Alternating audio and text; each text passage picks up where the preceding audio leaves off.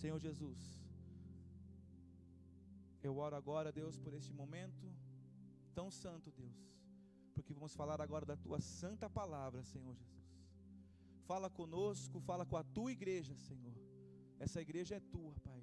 Fala com eles, assim como o Senhor tem falado comigo também, Deus, sobre o Teu perdão para nós, ó Pai. Que a gente possa sair daqui hoje cheios da Tua presença, cheios do Teu Espírito Santo, Pai.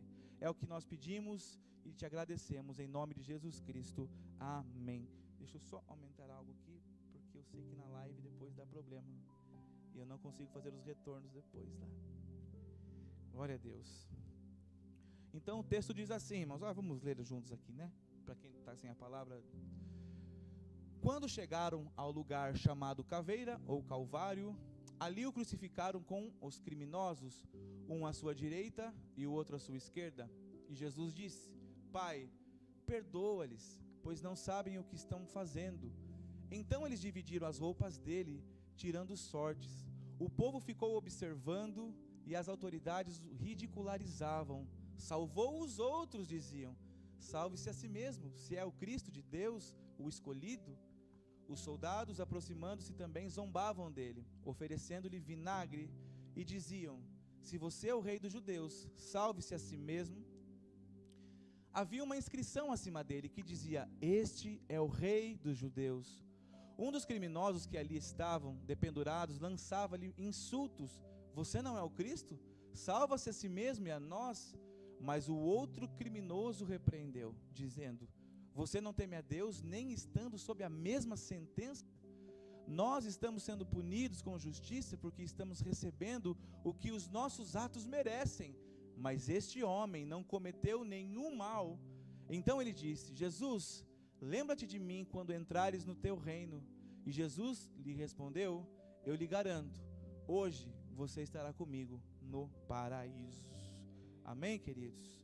Irmãos, esse texto, eu acho que vocês já leram muitas vezes também, narra a última conversão no ministério terreno de Jesus antes da sua morte. Amém, queridos? Isso é fácil de entender. Ministério terreno de Jesus, essa foi a última conversão ali que Cristo presenciou, e esse rapaz também, né? Então essa morte, irmãos, de cruz, era o último degrau da dignidade humana para ser morto, ou para ser morto, enfim. A morte de cruz era o pior tipo de morte que existia naquela altura no Império Romano, porque muitos vão falar: nossa, mas será que tinha outros? Tinha outros, irmãos, até tinha decapitação, tinha outros tipos de morte, mas a morte de cruz era o pior tipo de morte. E por quê, irmãos? Porque a pessoa ficava ali dias e dias exposta de forma pública, para as pessoas verem que aquela pessoa não era apenas um bandido, um ladrão, mas era o pior tipo de bandido que existia naquela altura, naqueles vilarejos, onde o povo de Roma, o Império Romano ali realmente dominava. Vocês conseguem perceber? Então, o corpo da pessoa ficava ali exposta, irmãos, crucificado por dias, para as pessoas olharem: olha, esse é um bandido da pior espécie, esse aí que está aí pendurado é o pior de todos. Não era apenas um ladrão que roubava ou fazia alguma coisa que era considerado crime, não, eram crimes hediondos, irmãos, era terrível. Então, quando chegava nessa situação, mas então, eu queria perguntar para nós, começarmos a refletir nesta noite: o que é que faz uma pessoa mudar de vida? O que é que faz você mudar os seus pensamentos? Antes você caminhava para este lado, agora não, agora eu me converti, agora eu caminho para cá, eu caminho para as coisas do Senhor. O que é que faz uma pessoa mudar de vida? O que faz uma pessoa mudar de comportamento? O que é que faz, o que acontece quando um bandido, como a gente leu aqui, o pior dos bandidos, o que fez ele mudar de ideia? Quantas pessoas já tinham aconselhado esse moço, esse rapaz? Quando nós lemos o texto bíblico, irmãos, nós temos que fazer algumas perguntas para o texto, e pensarmos, refletirmos. Para ser o pior tipo de bandido naquela altura, será que ele nunca foi aconselhado por alguém? Será que o pai, mãe, enfim, primo, tio, nunca falou: olha, esse caminho que você está, por onde você está caminhando vai dar problema? Será que ele nunca foi aconselhado? Será que nenhum familiar falou com ele sobre a sua vida errada? Será que ele nunca sofreu um castigo de alguém, de alguma autoridade? Quantas tentativas de ajudar esse rapaz, talvez as pessoas daquela sociedade tiveram para com ele? Ou muda, rapaz. Você roubou hoje. Se você continuar roubando, vai dar problema futuramente. Olha, você está começando agora, além de roubar, a fazer assaltos, enfim, e acabando matando pessoas, roubando e matando. Olha, vai dar problema. Será que nunca alguém ajudou esse rapaz? Eu creio que sim, irmãos. Eu creio, como Paulo fala, né? Falo como homem agora. Eu creio que alguém tentou falar com ele, mas geralmente as pessoas não ouvem. Geralmente as pessoas não conseguem ouvir. Mas qual foi o motivo de nada ter sucesso então na vida desse homem? A Bíblia não fala o nome dele. A Bíblia não fala, só diz que estava crucificado ali ao lado de Cristo. E como foi que esse bandido então teve um lampejo de arrependimento, irmãos? Vocês conseguem pensar comigo? O que é que aconteceu ali naquele momento, naquele exato momento que ele mudou?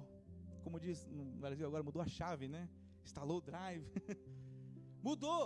O que é que aconteceu? Vejamos aqui algo interessante sobre esse texto, irmãos. Jesus pregou ali na cruz para ele? Jesus abriu a boca e fez alguma pregação para aquele homem? Não.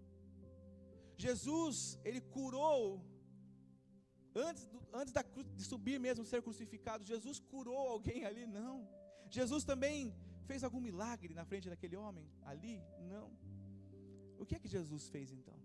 O que é que esse bandido, melhor dizendo, o que é que esse bandido viu, ou o que ele presenciou, para que ele realmente mudasse de ideia? Vejam que a crucificação é o pior estágio de morte naquela altura, era o pior. O que é que fez ele mudar de ideia então ali? O que houve então para que ele mudasse a sua intenção de vida? Que ele mudasse seus pensamentos? Agora ele está assumindo que ele está errado. O que é que aconteceu?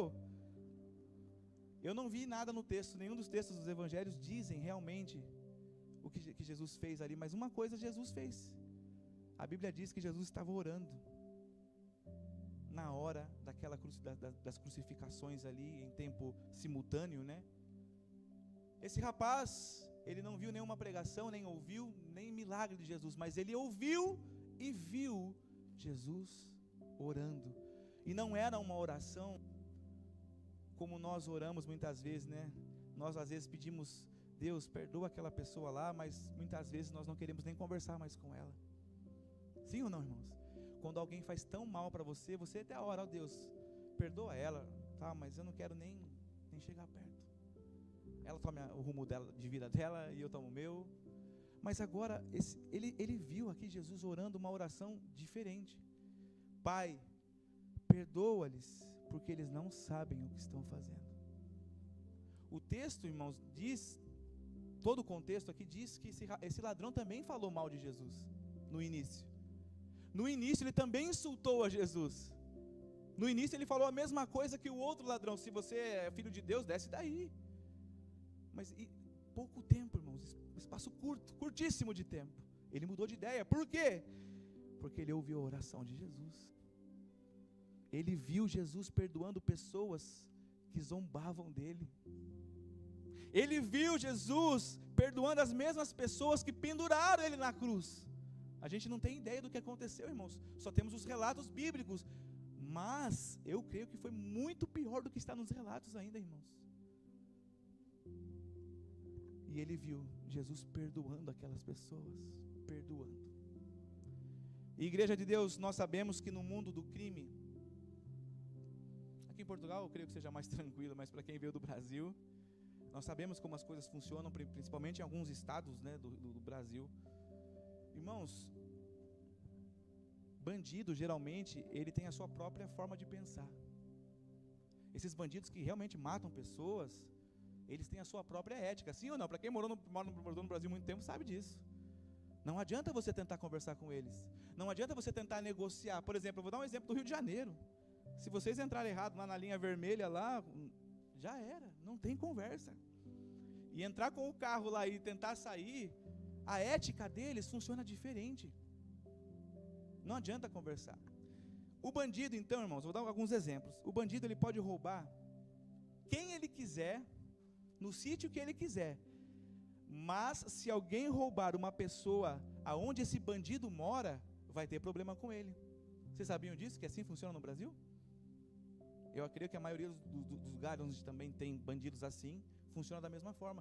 Ele pode roubar todo mundo, mas se alguém for lá e roubar na vizinhança, ali no bairro onde ele mora, vai dar problema, vai ter problema com ele. É a ética deles, é a ética dos criminosos. E nesta vida de crime também, os bandidos não perdoam nenhum tipo de traição. Eu já tive o prazer de conversar porque a pessoa se converteu, graças a Deus. Mas bandidos, eles relatam isso, irmãos. Olha, é muito difícil eles perdoarem alguém, principalmente se for uma traição de amizade, principalmente se for uma traição no trabalho, né, que eles fazem ali. Não é trabalho, tá, irmão? Estou falando assim para vocês compreenderem. Se traiu a confiança deles, eles matam. É assim que funciona no mundo do crime. E talvez para esse rapaz funcionava da mesma forma. Eu não perdoo ninguém que atravessa o meu caminho. Eu não perdoo ninguém que faz mal para mim. Aliás, eu só faço mal mesmo, então. Mas daí ele se deparou com alguém que era diferente dos outros que ele conhecia, que também não perdoavam as pessoas, que qualquer motivo era motivo para briga, para discussões e falações. Mas ele falou: opa, esse rapaz, esse homem que está aqui no meio, que dizem que é o Messias, aí, ele é diferente das outras pessoas. Ele está perdoando quem está matando ele. Ele está perdoando quem pregou aqui, colocou aquele prego de 17 centímetros nas suas mãos, em seus pés. Aí então, no último instante da sua vida, ele enxergou e ouviu Jesus a perdoar aqueles que estavam zombando ainda dele. Este homem presenciou essa oração de Jesus. E a gente vai entrar agora nas aplicações aqui, irmãos, que é para a gente refletir como igreja. Ele ouviu o perdão de Jesus. Você também precisa ouvir. Você é perdoado. Você é perdoada. Deus te trouxe aqui. Realmente aqui eu nunca sei quem as pessoas que virão na igreja. Mas se você está aqui hoje, é porque você precisava ouvir isso. Jesus, ele já te perdoou. Pare de viver como se você não tivesse sido perdoada. Eu não sei realmente o que aconteceu no seu passado, mas Ele sabe. E não é eu que perdoo, é Ele. Ele te perdoou. E o primeiro ponto para nós, pode passar, né? É que Jesus, ele tem o poder de transformar condenados à morte espiritual. Jesus tem o poder de condenar aqueles que estão ali na condenação para a morte física também, por causa de questões criminosas. Jesus tem o poder de perdoar, queridos. E eu não estou falando de pessoas que estão indo para a condenação. Eu estou falando que Jesus tem poder de transformar condenados. Já foi condenado. Jesus tem o poder para isso.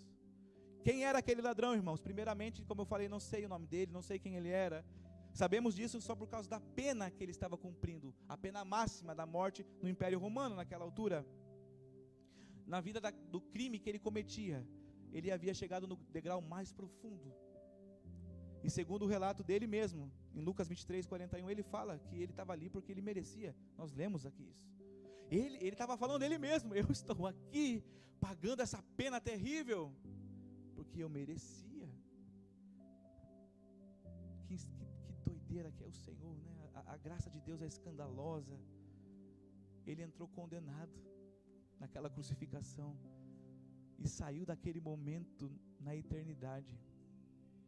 Isso é para mostrar para você que você é perdoado. Isso é para mostrar para vocês que vocês são perdoados. Perdoados. Ele também era um insultador de Jesus. Além de criminoso da pior espécie, ainda era um insultador de Jesus. Eu não sei o que você fez no passado, irmãos. Não sei mesmo e nem quero saber. Mas eu sei de uma coisa, e isso eu quero saber. Quando você falar: pastor, agora sim eu consegui ser perdoado. Agora sim eu compreendi a mensagem, que o perdão vai além das consequências daquilo que eu mesmo penso sobre mim. Eu sou perdoado, sou perdoada. Essa nuance, irmãos, da graça sempre me deixa perplexo. A graça de Deus é escandalosa mesmo. Saber que o homem que inaugurou o paraíso, o homem que inaugurou por essa mensagem, por essa frase de Jesus Cristo, começou aquele diálogo zombando de Jesus Cristo. Percebe o mestre que vocês têm? Vocês conseguem perceber o tamanho do Senhor a quem você serve? Cheio de compaixão, cheio de misericórdia. Ele perdoou alguém e ainda, além do perdão, ele falou: você vai comigo hoje. Hoje você vai estar comigo. Alguém que estava zombando dele. Ah, mas se é nós, não era assim, né, irmãos? Falou comigo, vai levar também. Zombou da minha família, vai sofrer. Jesus não era assim. O pastor Davi sempre brinca no Brasil, ele fala, é o famoso bateu, levou, né? Zombou aqui, vai levar também. Mas Jesus, ele não é essa pessoa. Ele perdoou. E essa mensagem é para você que já falou algumas besteiras para Deus. Essa mensagem é para você que falou algumas asneiras para o Senhor. Ouça isso, você que não consegue abandonar alguma coisa também. É para você essa mensagem. Para você que diz para você mesmo, eu não consigo abandonar aquele pecado. Eu não consigo abandonar. Eu só posso dizer para vocês o que a Bíblia tem, irmãos. Ele perdoa você. Sim, mas você não vai mudar de vida para ser salvo, irmãos. Não é isso. Mas porque o amor do Senhor Jesus é tão grande pela sua vida, que você realmente deseja convergir, mudar o rumo, mudar o caminho. Eu só posso pregar o que a Bíblia diz. Ele perdoa. Ouça isso você também, uma pessoa como você que talvez insultou o Senhor alguma vez. Você acha, irmãos, que você já insultaram a Deus alguma vez? Falou alguma frase? Ah, Senhor, eu não confio mais em Ti. Mas há um mês atrás eu tinha orado, que eu sabia que eu estava dando certo, mas por uma coisa que aconteceu, eu falei, Senhor, eu não confio mais em Ti. Eu estou falando pegando leve, tá, irmãos? Porque eu sei que pode ter mais coisas aí. Você coloca em oração e às vezes acaba saindo algumas coisas para Deus, Ele sendo insultado, assim como Jesus foi aqui por esse homem. Mas você pode viver, queridos, eternamente com o Senhor Jesus, porque Ele te perdoa. Ali então está um bandido desgraçado, que não tem mais nada a perder. Esse homem que estava sendo crucificado ali, irmãos, não tinha mais nada a perder. Era o último estágio da pena romana na vida de um bandido. Eu vou zombar desse homem mesmo. Toda a gente está falando que ele é o Filho de Deus aqui, que ele é o Messias. Desce daí então. Eu vou zombar. Talvez nós já fizemos isso com o Senhor. Talvez até zombamos da igreja do Senhor um dia. Talvez você até zombou das coisas de Deus. Mas quando Deus te chamou, você teve a mesma sensação que esse homem teve. Ele perdoa pecados. Ele perdoa quem insulta Ele. Então esse homem, ao lado de Jesus na cruz, ele escarnecendo de Jesus, igreja, escarnecendo de Jesus. Mas o que fez ele mudar de opinião? Ele não viu o que Jesus podia fazer. Ele não viu o vento, o mar obedecendo a voz de Jesus, assim como os discípulos tinham visto. Esse homem não viu os demônios obedecendo a voz de Jesus lá no cemitério, com aquele jovem rapaz em Genezaré. Ele não presenciou Jesus curando os leprosos. Ele não viu os olhos de cegos sendo abertos pela primeira vez. Ele não viu nada que Jesus pudesse fazer naquele momento, mas ele viu o tipo de pessoa que Jesus era. Ele é alguém que perdoa, sem ser cínico com as pessoas. Ele realmente perdoa. E é por isso, irmãos, que às vezes eu e você, muitos de nós, talvez antes, não acreditávamos no perdão de Deus, porque a gente tenta fazer a referência, a conexão com as pessoas da terra. Olha, ela disse que me perdoou, mas ela está sendo cínica comigo, está agindo de forma cínica comigo, ela não me perdoou ainda. Quantos casamentos que eu já vi isso acontecer, irmãos? Marido falando da esposa, esposa falando do marido, não, mas eu pedi perdão, ele disse que perdoou, mas não perdoou. Mas quando nós olhamos para Jesus, Ele não tem nenhuma forma cínica, Ele realmente perdoa. Ele realmente perdoa o seu pecado.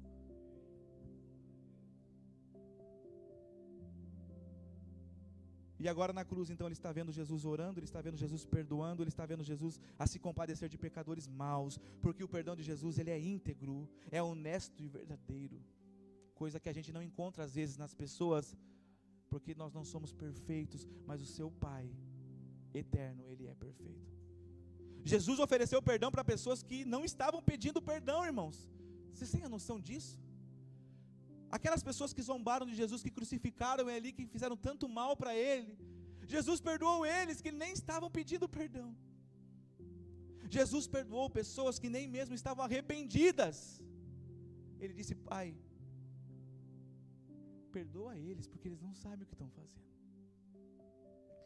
Jesus Cristo ofereceu um perdão sem exigências. Jesus Cristo ofereceu perdão sem supervisão. Porque nós somos assim, né, irmãos? No casamento, né? Ou na família. Você pediu perdão aquele dia, mas está fazendo de novo. De novo você está fazendo isso. Jesus não é assim. Jesus ofereceu perdão sem condições. Jesus ofereceu perdão de graça. De graça. E aquele bandido então nunca havia visto aquilo em sua vida no crime. Como é que existe alguém assim? Perdão de graça para quem nem está pedindo. E o fato do bandido estar na cruz, irmãos, significa, quem estuda teologia sabe disso, significa que ele havia tentado o perdão terreno, o perdão humano. Esse bandido, ele tinha tentado ser perdoado pelo Império Romano. Sabe por quê, irmãos? Porque para chegar nesse ponto da pena máxima de morte, o Império Romano dizia que tinham que existir processos antecessores, para que depois ele fosse julgado e condenado numa cruz. E é disso que vem o direito o direito de Portugal, do Brasil também, é tudo baseado no direito romano.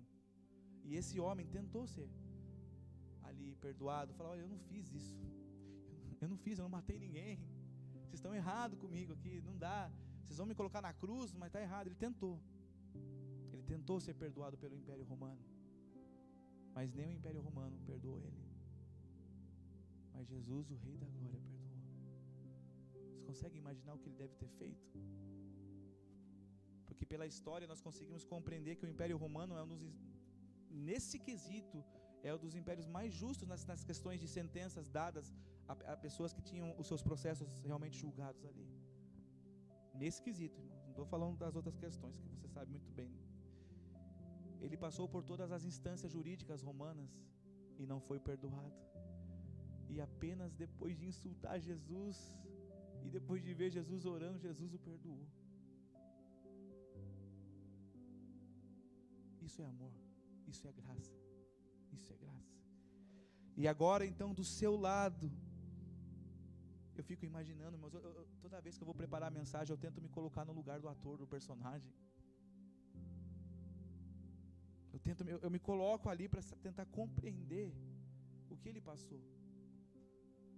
Ele olha e vê um nazareno, um homem simples da Galileia, que dizia ser o Messias, agora ele está me perdoando. Ele está perdoando as pessoas ali embaixo que fizeram tanto mal para ele. Tanto mal. Ali Jesus pediu para o Pai: perdoa, porque eles não sabem o que fazem. Irmãos, Jesus não perdoou as pessoas ali e nem o bandido da cruz porque eles eram bons. Ninguém é bom, irmãos, senão o Pai. Amém, queridos? Mas a bondade de Deus é tão grande, é como se Jesus estivesse dizendo para o Pai: Pai, eles não são bons. Nós sabemos disso, Pai, mas porque nós somos bons, perdoa, Pai. O que existe dentro de nós, Pai, é bondade. Jesus não tem amor, Ele é amor. Jesus não tem características de bondade, não, Ele é bom, Ele é a própria bondade. Perdoa eles, Pai, não porque eles são bons, mas é porque nós somos bons. A gente nunca vai conseguir fazer o mal.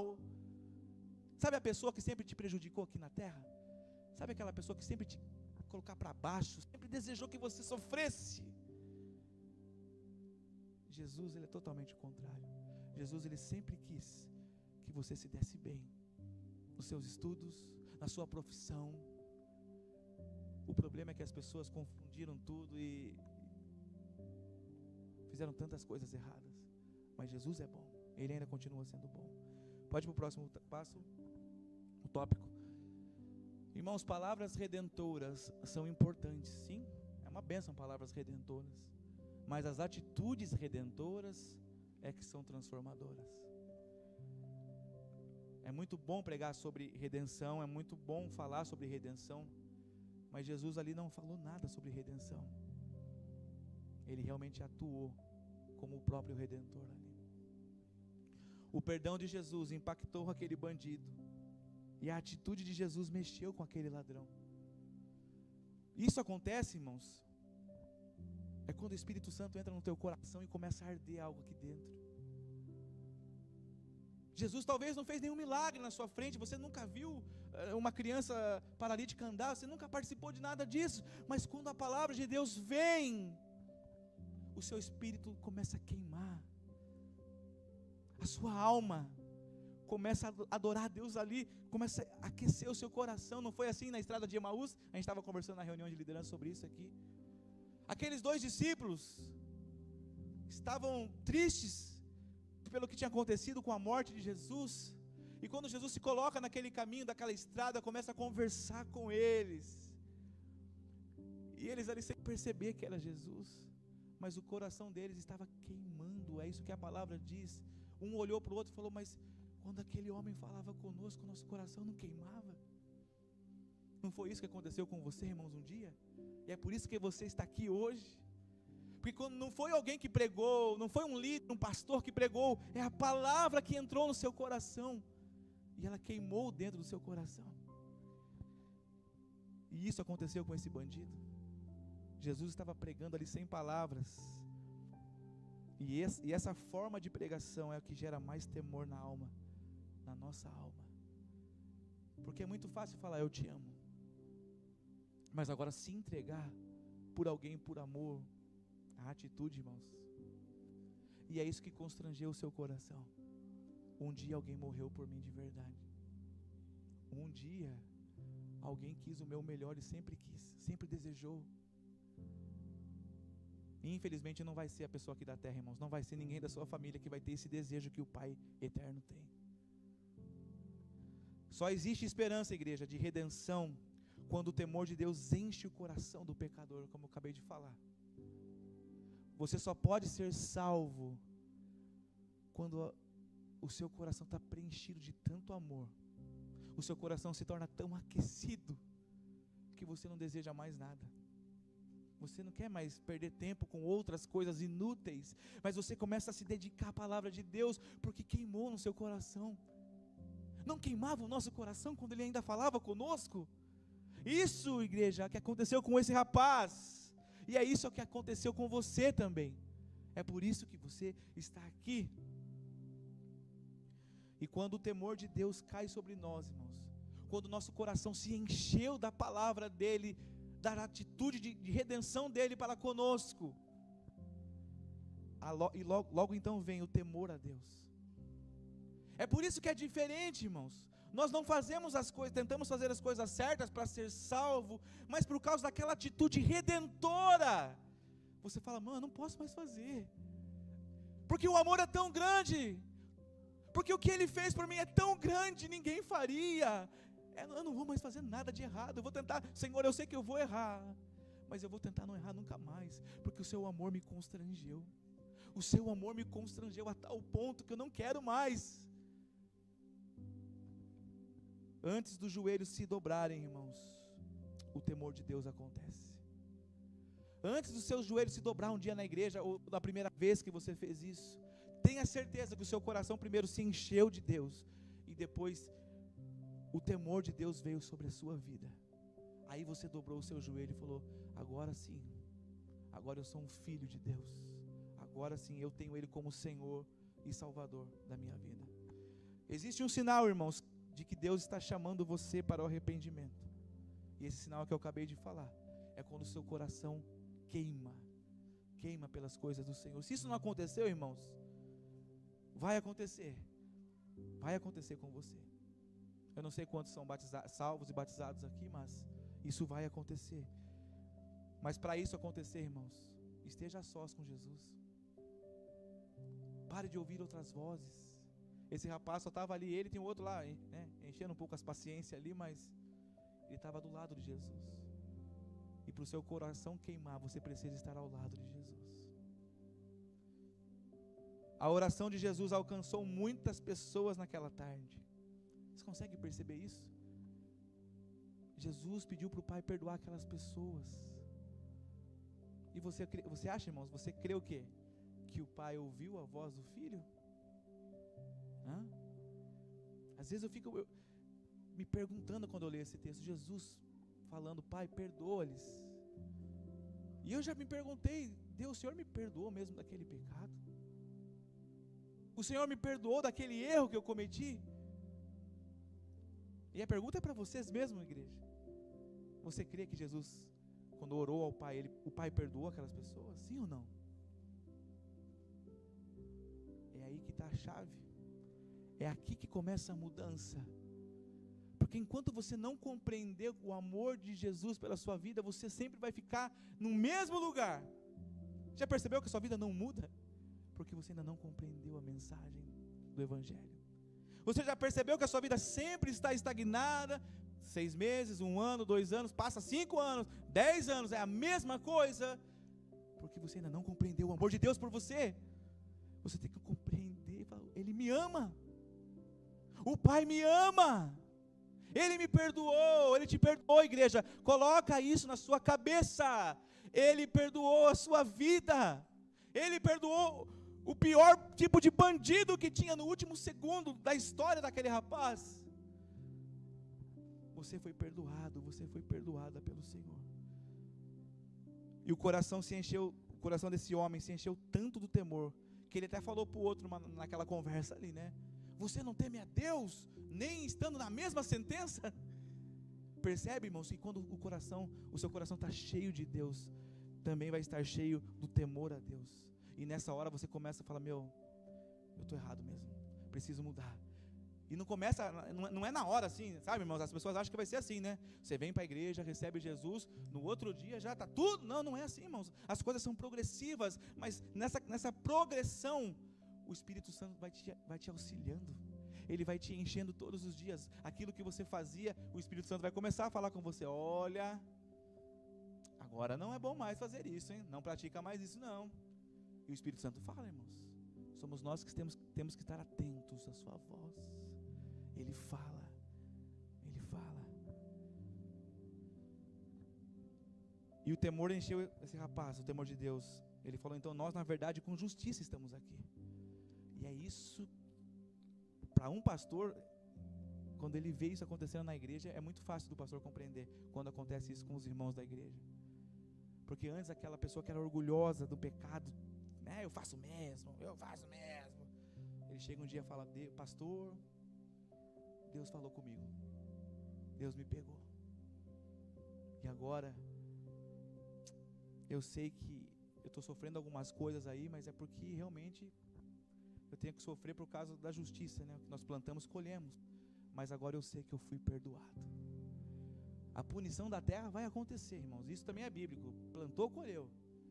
Mas o perdão de Deus é para a sua eternidade.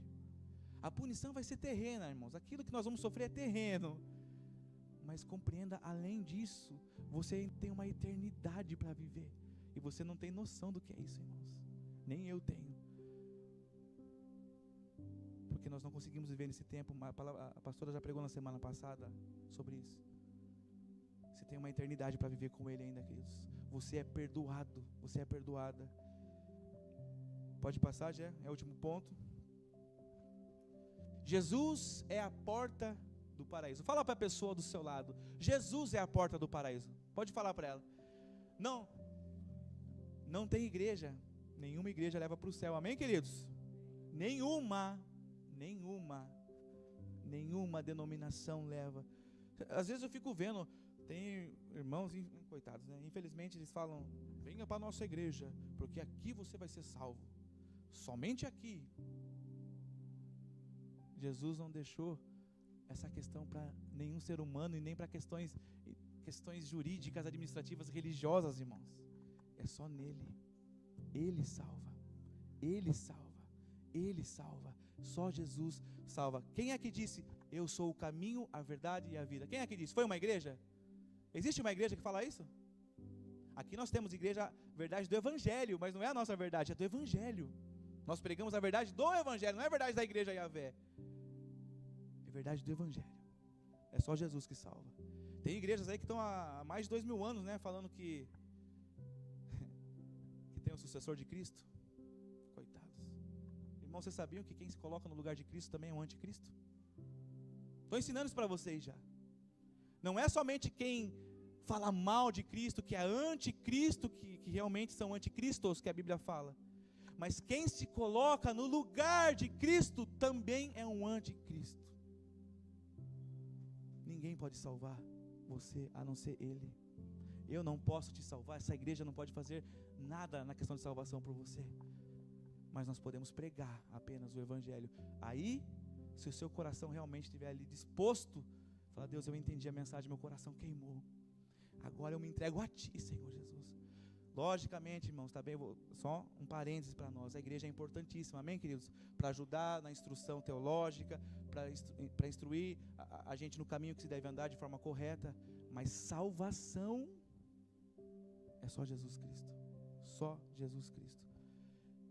Lucas 23, verso 43, ele diz assim: em verdade te digo que hoje estarás comigo no paraíso. E tem muita gente boca aberta na internet, discutindo essa questão de vírgula. Irmãos, no grego não tinha vírgula. Em verdade te digo, hoje, vírgula, estarás comigo no paraíso. Queridos, a salvação para esse rapaz começou naquele momento, naquela hora. Vocês percebem que tem igrejas que parece que Deus que tem que se adequar à salvação que ela acredita. Tem irmãos, infelizmente, de outras vertentes teológicas, que me parece que eles querem colocar um método para Deus salvar. Eles dizem: Deus é soberano. Mas se falar mais na soberania dele, ele deixou para as pessoas realmente entenderem a mensagem e decidirem se querem ele ou não. Deus quis salvar o mundo, sim ou não, irmãos? Romanos também diz que é o mundo, sim ou não? Todo mundo está debaixo de maldição por causa do pecado de Adão e Eva, sim? Romanos diz isso, sim ou não? É o mundo. Mas por que quando João 3,16 diz Deus amou o mundo ali, aí para essas pessoas não é o mundo? Percebem que é elas que querem dizer para Deus a forma de salvação, porque ela não entendeu a mensagem ainda. Precisa passar talvez por algo assim com Cristo ali na cruz. Jesus está dizendo para nós: sou eu que salvo da forma que eu quero. Na minha mesa vão comer pessoas que você realmente não vai imaginar que estariam na minha mesa. Os fariseus pensavam dessa forma, queridos. Jesus come com pecadores, quem é esse beberrão? E Jesus está dizendo para nós: eu salvo quem eu quero.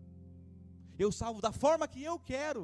Eu converso com pessoas que eu quero. Eu vou ter amizades com as pessoas que eu quero, porque eu sou o Senhor, o Rei da Glória. Eu sou o Senhor. O que vocês fizeram? O que vocês fizeram por mim? O que vocês fizeram pelas pessoas? Vocês morreram por alguém? Vocês deixaram tudo a sua deidade? Não, não. Eu salvo como eu quero, da forma que eu quero. E eu vou sentar as mesas com quem eu quiser. É por isso que ele chegou na coletoria e falou: Levi, Mateus, siga-me. Os judeus odiavam Mateus, odiavam, porque ele cobrava imposto do seu próprio povo. Por causa do Império Romano, exigia isso.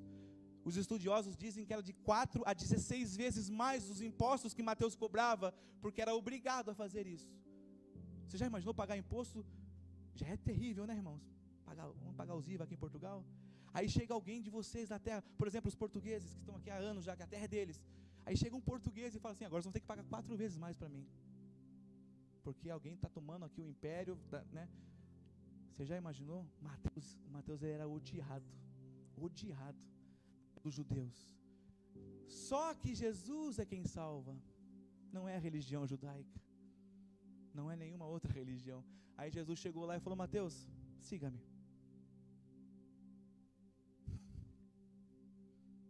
Siga-me. É para a gente aprender que a porta do paraíso é Jesus Cristo. Não se engane, irmãos. Vocês vão ouvir muitas vozes aqui em Portugal. muitas vozes, mas a voz que vocês têm que ouvir e praticar é essa aqui, ó. É essa daqui. Quantas vezes eu ouvi aqui, já teve um senhor aqui que conversou comigo uma vez, que ele disse que Pedro era a pessoa mais importante para ele da Bíblia. Eu falei, nossa, falei, você é crente mesmo? Eu falei, não, a pessoa mais importante da Bíblia de todos os séculos, de todos os tempos, em todas as eras, é Jesus Cristo. Pedro foi alguém importantíssimo, mas o mais importante é Jesus. Por isso, irmãos, a nossa natureza é caída então, porque os nossos desejos, eles sempre vão ser para baixo, para as coisas da terra. O seu desejo, sim ou não, irmãos? Quantas vezes na semana você deseja fazer algo errado? Eu vou abrir o jogo aqui para vocês, pense. Deus te coloca o caminho correto para fazer, mas a nossa mente humana, pecadora, quer fazer o errado. Por isso as nossas atitudes às vezes são abjetas. Por isso as nossas vontades tendem a serem pecaminosas. Mas quando você está diante de Jesus, o Cristo, aí você então está diante da possibilidade de acessar o paraíso. E é nessa hora que o jogo muda. Eu vou contar só uma aplicação e a gente vai ouvir um louvor, cantar um louvor. Uma ilustração sobre o médico escocês. Essa história então é desse médico. Ele era notado pelo seu espírito caridoso e piedoso. Era um bom médico, amável. Segundo se narra sobre a sua história, depois da sua morte, quando os seus livros estavam a ser examinados, foram encontrados muitas faturas, contas, sobre as quais estavam escritos em letra vermelha o seguinte: esse está perdoado, porque é muito pobre para pagar. Faz isso. A sua esposa pegou essas faturas e, diferente do seu marido, disse: essas contas precisam ser pagas, e começou a tomar providências jurídicas para receber aquele dinheiro que era do marido. Então o juiz perguntou para ela: são de seu marido esses dizeres escritos a tinta vermelha? E ela disse: sim. E o juiz disse: então não há tribunal na terra que possa obrigar os perdoados a pagar isso, pois o seu marido escreveu perdoado. E é assim que Jesus fez comigo e com você. Não existe uma voz aqui em Portugal, na Europa, no Brasil, na América, que possa dizer que você não é perdoado, porque foi o próprio Deus quem te perdoou. O próprio, consegue entender isso, igreja? Não existe uma pessoa que vai te perdoar, não, é Deus. Deus. Ninguém nesta terra pode tirar o perdão de Jesus sobre a sua vida. Ninguém pode. Ah, mas pastor, eu fiz tanta coisa errada. Se o senhor soubesse. Mas eu sou igual a você. Como Paulo dizia, eu sou o pior dos pecadores. Mas Ele te perdoou. Ele já te perdoou. Saia com isso hoje desse culto, irmãos. O Senhor Jesus Cristo já me perdoou. E alguém da sua família vai falar: mas se perdoou, mas está fazendo algumas coisinhas. Às vezes eu cometo alguns erros, uns equívocos. Mas Ele já me perdoou. Mas Ele já me perdoou.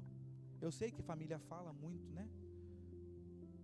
Porque eles são o exemplo, né? Eles são um exemplo de vida correta. Eles são os paladinos da verdade. Mas você tem alguém que disse para você: aqui ó, você já é perdoado.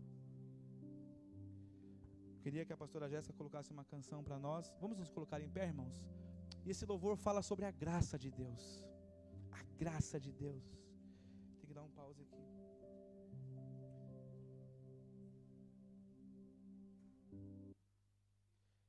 Glória a Deus. Fala sobre a graça do Senhor.